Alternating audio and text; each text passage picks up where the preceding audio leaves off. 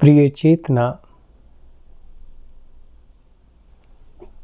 आप सभी का स्वागत है आज की डिस्कशन में, आज के सत्संग में। जब हम सत्संग कहते हैं, हर एक शब्द का अपना महत्व है। हर एक शब्द अपने आप में अपना सार लिए हुए है। जैसे शब्द हमें उलझा देते हैं, हमें गुमराह कर देते हैं, ऐसे ही शब्द अगर समझ से देखा जाए तो इशारा भी देते हैं। सत्संग का मतलब है सत्य का संग। ये वर्ड अपने आप में सेल्फ एक्सप्लेनेटरी है, खुद ही अपना अनुवाद कर रहा है, अपनी परिभाषा दे रहा है। बड़ा ही सिंपल मतलब है सत्य का संग, सच का संग। लेकिन बात ये है कि हम संग तो हमेशा ही करते हैं और हम अपने तल पर तो ये जानकर ही किसी के पीछे चलते हैं कि वो हमारे लिए हितकारी होगा, हमारा सत्य होगा। इसलिए तो हमारे सबके अपने अपने सत्य हैं और तभी तो हम अपने अपने सत्य के साथ चिपके रहकर अपनी एक व्यक्तित्व, अपनी एक आइडेंटिटी बना लेते हैं। अगर सत्य सचमुच सत्य होता तो क्या इतने भेद होते? क्या हमारे इतने सारे सत्य होने से क्या इस समाज में, इस संसार में, समाज और संसार को छोड़िए, क्या हमारे मन में शांति नहीं आती? अगर वास्तव में हमने सत्य को जाना होता, क्या सत्य से शांति का, स्नेह, प्रेम का झरना, प्रफुल्लता, एक आनंद का झरना नहीं चलता? तो हमें गौर करना होगा, हमें अपने संग को देखना होगा, हम किसके साथ रहते हैं। पहले तो ये जानना ही सबसे ज़रूरी है। ये दिख जाए कि हमारा संग सत्य के साथ अभी तक नहीं है, हमारे भ्रम ही हमें गुमराह करते हैं। हम सोचते हैं हम जीवन में किसी को धोखा देते हैं। किसी तो बहुत बाद में आता है, दूसरा तो बहुत बाद में आता है। पहले धोखा हमसे ही शुरू हो जाता है। हमने खुद को ही अभी तक बहुत धोखे दिए हैं, लेकिन हम ये नहीं जानते, हम नहीं देखते। तो पहले ये जाने हम कैसे जी रहे हैं। क्या हमें हमारा पास्ट चला रहा है? क्या हमें हमारी आकांक्षाएं, हमारी तृष्णाएं, हमारी इच्छाएं चला रही हैं? क्या हम उनके घेरे में फंसकर अपने आप को भुलाए बैठे हैं? ये सब चीज़ें हमें देखनी होगी। हम गलत जगह खड़े हैं, अभी हम खुद ही अंधेरे में हैं, तो हमें पता ही नहीं है कि हम अंधेरे में हैं, हम भ्रम में हैं। इसलिए हम वहाँ खड़े होकर जो भी कुछ कर रहे हैं, हम इच्छाओं को भी बुरा कह रहे हैं, हम स्मृतियों को भी बुरा कह रहे हैं। तो वहाँ पर खड़े होकर, इस अंधेरे में खड़े होकर हम जो भी डिसीजन लेंगे या जो भी जजमेंट करेंगे वो गलत ही होगी, या वो इतनी सही तो हो नहीं सकती। तो इच्छाओं या स्मृतियों को या किसी भी तरह की और चीज़ों को, जीवन की घटती घटनाओं को जब हम मूल्यांकन करते हैं, वो सटीक कभी नहीं हो सकता।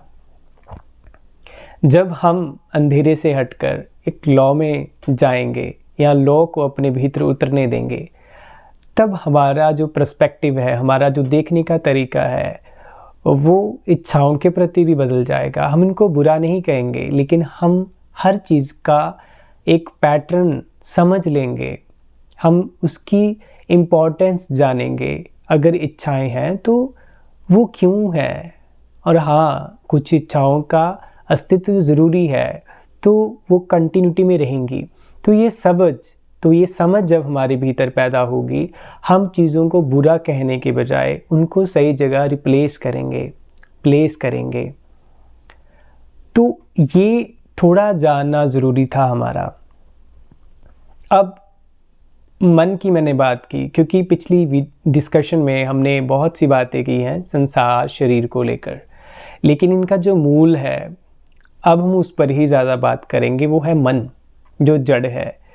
पिछली वीडियोस में हमने काफ़ी इस पर चर्चा की, इस पर गहरे जाने की कोशिश की कि हम बाहर से होते होते देखें जो सच्चाई है, क्योंकि हम उसे डिनाई तो नहीं कर सकते, तो उसे देखना इजी होता है।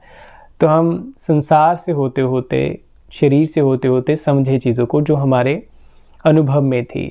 अब हम मन पर आए हैं, वास्तव में जो मेन जड़ है, जहाँ से सब होता है, जहाँ से चीज़ें, अगर हमारा मन उलझन में है तो हमारा शरीर भी उसके परिमाण जो है, उसके रिज़ल्ट जो है वो भुगतेगा। हमारा संसार क्या है, हमारा संसार, हमारे कार्य, हम कैसे एक्ट करते हैं, हमारे रिलेशन, ये सब चीज़ें हमारे संसार हैं।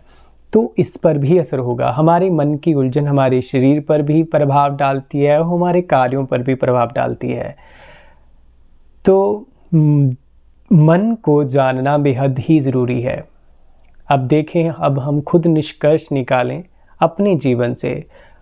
अगर कोई हमें कुछ कहेगा, वो इतना सही से कह ही नहीं पाएगा हमारे बारे में। हम ही अपने बारे में सच्चाई जानते हैं अपनी। तो ईमानदार हो जाइए, देखिए 1 दिन, 2 दिन, 3 दिन, 1 हफ्ते में हमारा मन कैसे, किन आदतों में बार बार जाता है। क्या हम मन के तल पर, क्या हमारे विचार ऐसे ही घूमते रहते हैं? क्या हम एक रेस लगी हुई है भीतर हमारे विचारों की, क्योंकि विचारों का समूह ही तो मन है, लेकिन मन अभी भ्रमित है, ये देखना है हमें। मन अभी सोया है, उसे जागना है अभी। तो जागना या ब्रह्म की ओर अग्रसर होना तभी हो पाएगा जब हम ये उसकी प्रेजेंट सिचुएशन को देखें, उसके सोए हुए स्वभाव नहीं, उसके सोए हुए अभी के जो उसके जीने का ढंग है, उसके विचरने का ढंग है, उसके सोचने का ढंग है, उसके अपने जीने का ढंग है, उसे देखें। तो मन को जांचें, क्या मन शोरगुल है? क्या वो भरा हुआ है? वो हमेशा ही रेस्टलेस, भागा हुआ है? ये 3 चीज़ें हमने डिस्कस की कि उसमें बहुत सारा स्मृतियाँ, प्लानिंग इकट्ठी हुई पड़ी है। दूसरा, उसमें शोर हो गया, क्योंकि ये सब चीज़ें भाग रही हैं तो शोर होगा। अगर शोर होगा तो उसमें रेस्टलेसनेस होगी, एंग्जाइटी होगी, कन्फ्यूजन होगा। ये मन के सोए हुए होने का, अगर हमारा मन इस स्तर पर है तो हमारा शरीर और हमारे कार्य, मीन्स हमारा संसार भी ऐसा ही होगा। अब मन का जागना क्या है? अगर आपको ये दिख जाए, साफ साफ पता चल जाए, तो मन जागकर बिल्कुल इनके ओपोजिट हो जाता है। या यूँ कहिए, ये जो चीज़ें थी ये मन को संकुचित कर देती थी। अब जो मन है, वो जो चित्त संकुचित हुआ था, वो संकुचित से होकर पूर्णता चित्त, शुद्ध चेतना में परिवर्तित होता है। हमने ही उसे बांधा, अपनी चेतना को, समझ को बांधा था, संकुचित हुई थी। अब चित्त फैलने में आ गया, तो वहाँ स्पेस होगा। अब हमने कुछ स्मृतियाँ इकट्ठी नहीं की हुई, तो स्पेस आ गया। जब स्पेस आता है तब आप खुलते हैं, आप विचारों को बांधते नहीं हैं। अब जब विचार पकड़ छूटने लगती है, संघर्ष घटने लगता है, तो अपने आप नेचुरल साइलेंस भी उतरता है। तो जब नेचुरल साइलेंस उतरता है तो एक स्टिलनेस पैदा होती है। इसे मैं ऐसे भी कहना पसंद करूँगा, आपने सुना होगा सत्य चित आनंद। सत्य हमारा क्या है? हम सोचते हैं हमेशा कुछ ना कुछ, हम विचारों की दुनिया में रहना ही असल मानते हैं, लेकिन हमारा सत्य और हमारी सत्ता इनसे भी पहले है। नथिंगनेस। नथिंगनेस इज का मायना ये है, उसका अर्थ ये है कि जहाँ पर कोई चीज़ नहीं, इवन कोई विचार भी तो एक चीज़ ही है, विचार भी नहीं, वो स्टेट जिसमें कुछ नहीं, वो खालीपन। तो सत्य है, वो हमारा सत्य है। हम उससे भागते हैं, अपने भीतर खालीपन महसूस करते हैं। हम किन किन चीज़ों के प्रति भागते हैं, किन किन मनोरंजनों के ढंग है हमारे पास। हम शराब खानों में चले जाते हैं, हम फिल्मों में चले जाते हैं, हम कोई सीरियल लगा देते हैं, कोई नेटफ्लिक्स पर चीज़ें हैं वो कर लेते हैं। अगर तो वो आप अपने उस खालीपन से भागने के लिए कर रहे हैं, तो वो आप खुद देख सकते हैं कि वो मैं एक तरीका ढूंढा है अपने सत्य को, जो मैं सत्य में हूँ, मैं वो जो खालीपन है वो मेरा कभी नहीं भरा जा सकता। आप हर बार वो खालीपन महसूस करते हैं, तो उससे भागने के लिए अगर ये चीज़ें करते हैं मनोरंजन के लिए, तो आप कहीं ना कहीं अपने सत्य से ही दूर हो रहे हैं। जब आप सत्य को समझेंगे, अपनी इस नथिंगनेस को जानेंगे, इसके साथ रहना शुरू करेंगे, इसका अस्तित्व जानेंगे, तो आप अस्तित्व के साथ भी एक होने लगेंगे, क्योंकि आपको पता लगेगा कि मैं खालीपन को कभी भर नहीं सकता हूँ, अथवा ये मेरा स्वभाव है। हाँ, तभी तो ये हमेशा मेरे साथ रहा। खालीपन और मैं दो नहीं है, मैं ही वो खालीपन हूँ। खालीपन कहने में नेगेटिव और नेगेशन वर्ड लग रहा है। खालीपन का यहाँ सिर्फ यही भाव है कि जब आपके भीतर कोई समूह नहीं होता, कोई आपने इकट्ठा किया हुआ विचारों शब्दों का जाल नहीं होता, तो जब आप इस सत्य में जाते हैं तो चित्त जो संकुचित था, इकट्ठा हो गया था, वो अब चित्त फैलने लग जाता है। तो चित्त आपका बनता है जो फैलाव है, इनफाइनाइट है, उसका कोई अंत नहीं, असीम है, अनंत है, अगर जिसकी सीमा नहीं। यहाँ कोई शब्द नहीं, कोई विचार नहीं, क्योंकि हर सीमा में बंधा हुआ है। जब ये सब चले जाते हैं तो सीमाएं टूटती हैं, तो असीम, अनंत, और जिसका अंत ना हो वो अमर, ये अमृतत्व तब हमारे भीतर से झरता है। तो ये चित्त है। और जब हम अपने इस सत्य को जो असीम, अनंत और अमर है, इसे चखते हैं, तो आनंद स्वतः ही हमारे भीतर उभरता है। जब आनंद उभरता है तब कुछ भी शेष नहीं रह जाता। तब हमारे भीतर एक नेचुरल कंटेंटमेंट हमें महसूस होती है, एक भराव जो शुरू हुआ था खालीपन से, और वो असल में भराव था, जहाँ किसी भी चीज़ की, किसी भी तरह की कोई कमी नहीं है। और उस भराव में अनंत प्रेम है, अनंत आनंद है और अनंत शांति है। वही स्रोत में लयबद्ध और लीन हो जाता है। और यही सच में स्रोत है। अगर आप इस सत्यचित आनंद, इस स्पेस, इस साइलेंस और इस स्टिलनेस को महसूस करते हैं, तो इस गहन शांति और एक आनंद से आपका शरीर भी वैसे ही उल्लास से, प्यार से भरेगा। वही ऊर्जा उसमें प्रवाहित होगी, क्योंकि सब कुछ तो उसी स्रोत से आ रहा है। वही संसार आपका, आपके रिश्ते, आपके कार्य उसी ऊर्जा से प्रवाहित होंगे, उसी ऊर्जा से निहार होंगे। देखिए, ये बिल्कुल वैसा है कि मन की ही बात हमने की थी, मन जड़ है। जड़ इन द सेंस मैं रूट्स की बात कह रहा हूँ।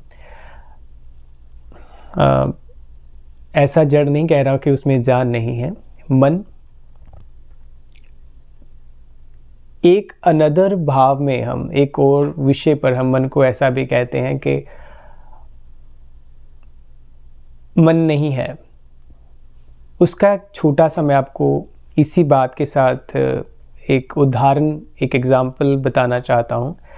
जब हम कहते कि मन नहीं होता तब हमें निर्विचार जब होते हैं, असल में मन का जागना ही आत्म स्वरूप होना है, अनंत होना है। असल में मन का जो असली स्वरूप है वो अनंत है। वो अनंतता में हम मन भी नहीं कहते, क्योंकि मन कहना ही ये है कि संकुचित। तो मन जब फैल जाता है उससे मन की परिभाषा भी ले ली जाती है। तो जब मन की परिभाषा भी ले ली जाती है तो वो अनाम से परे हो जाता है, कोई रूप नहीं बनता, कोई सीमा नहीं बनती, तो वो अरूप निराकार हो जाता है।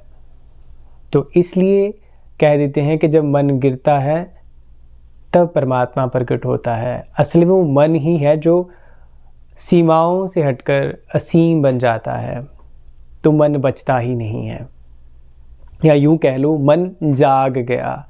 वो वास्तव में क्या था वो अब जाग चुका है, वो जान चुका है।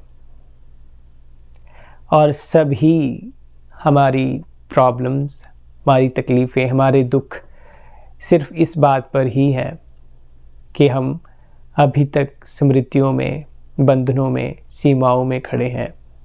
और मन की चाहत असल में यही है कि वो अपना मूल पहचान ले,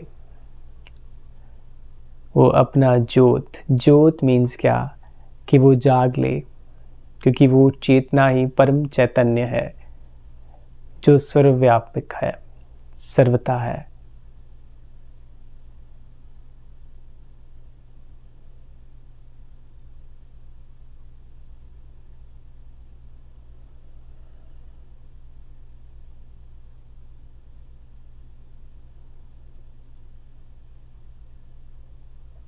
आज के लिए बस इतना ही। नमस्कार।